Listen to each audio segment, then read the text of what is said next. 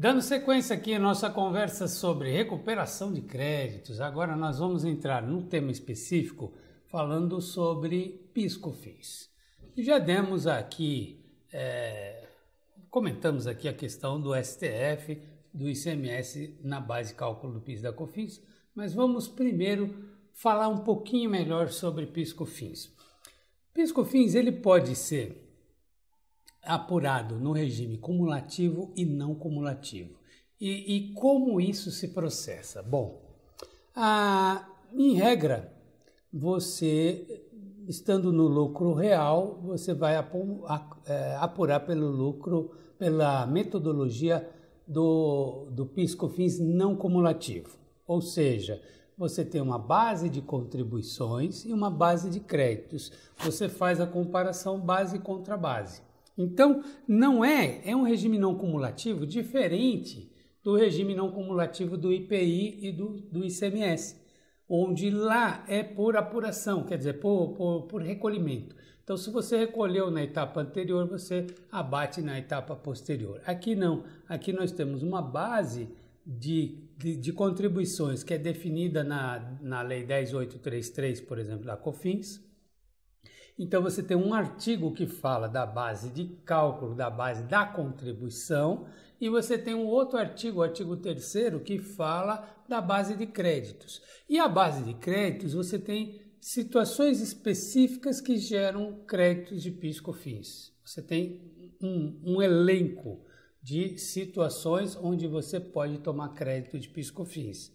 E no caso da base de apuração de contribuição, você tem uma situação um pouco mais elástica, ou seja, é o faturamento, sendo que o faturamento você tem lá diversos tipos de receita que devem ser incluídas. Então, de novo, é o fisco alargando o débito, ampliando as possibilidades de débito e restringindo as possibilidades de crédito. Então, a gente tem que tomar muito cuidado com relação a PIS/COFINS por isso, porque até 2013, mais ou menos, ou até um pouco antes, a gente tinha a apuração via DACOM. Então, o DACOM, ele era a demonstração da sua base de contribuições versus a base de créditos. Então, você tinha lá uma ficha de créditos, ficha 6, ficha 16, e você tinha uma ficha de débito, de apuração de valores devidos, ficha 7 e 17. Eu digo 7 e 17 porque é 7 PIS e 17 COFINS. Né? Então, veja, eu não tinha um detalhamento da ficha 6 e 16. Ficha 6A, ficha 6B, eu não tinha um detalhamento. Então, quando eu comprava um insumo que eu achava que era insumo, ou um serviço que eu achava que eu deveria tomar o crédito, eu simplesmente colocava o valor lá na linha 3 da ficha 6A, por exemplo. Então, eu tinha lá, a ficha 6A era a apuração dos créditos do mercado interno, né? Das aquisições do mercado interno. Então, eu colocava lá na ficha 1 os bens que eu adquiri para a revenda, na linha 2, aliás, na ficha 6A, eu colocava na linha 1 os bens adquiridos para a revenda, na linha 2 os insumos que eu ia utilizar na industrialização, na linha 3 os serviços considerados insumos. Aqui estava a grande festa. Por quê? Porque aí a empresa poderia falar assim, olha, eu contratei um serviço de limpeza e eu vou colocar para tomar crédito disso aqui. Por quê? Porque ela achava que o serviço de limpeza poderia tomar crédito. Só que a Receita acha que não pode.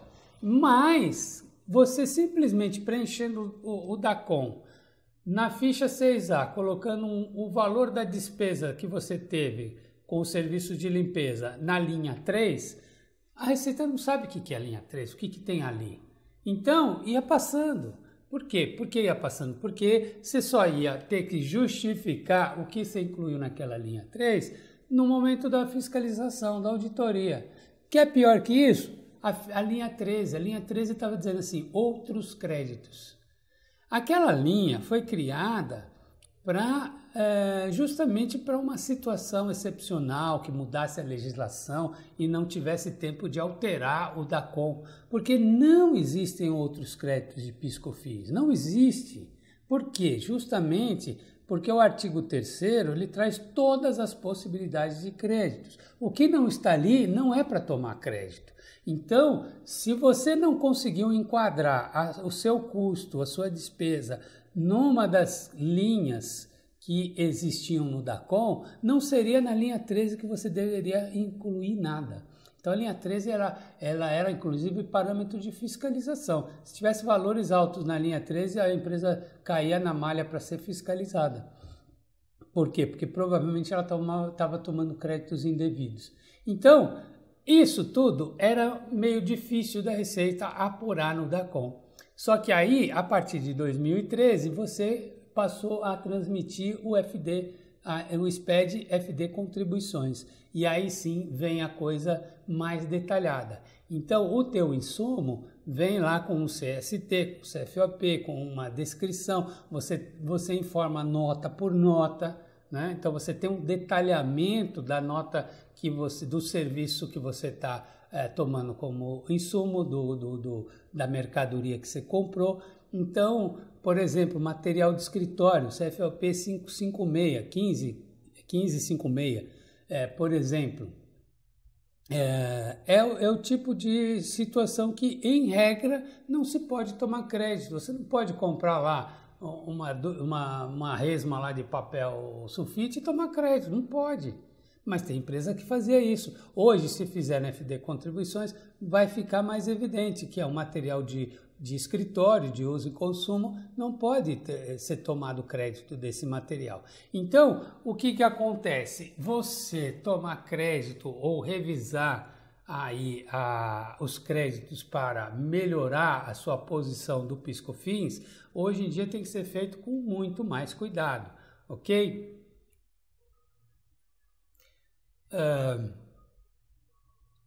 Então veja, o PIS/COFINS não cumulativo, ele também não é para todas as empresas. Então algumas empresas elas estão obrigadas por uma disposição legal ao regime cumulativo, mesmo que elas estejam no lucro real, ok? Então vamos pegar, por exemplo, empresas de segurança e vigilância. São empresas que elas devem apurar no regime cumulativo, independente do regime de tributação. Então, alguns casos você vai fazer o planejamento simplesmente optando pelo lucro presumido ou pelo lucro real, porque, em regra, quem está no lucro presumido está no regime cumulativo. Tá? Aliás, em regra não, toda empresa que está no lucro presumido está no regime cumulativo do PIS/COFINS. Toda empresa que está no arbitrado está no lucro no PIS/COFINS cumulativo. Agora, nem toda que está no regime da tributação do lucro real estaria no regime não cumulativo, ok? Então, a gente tem esse jogo de opções, mas isso tudo depende de um cálculo que você faça, de uma análise que você faz dos fatos pretéritos, projetando para as novas situações, você pode ter uma ideia de qual é o melhor caminho para você recolher menos tributos, ok?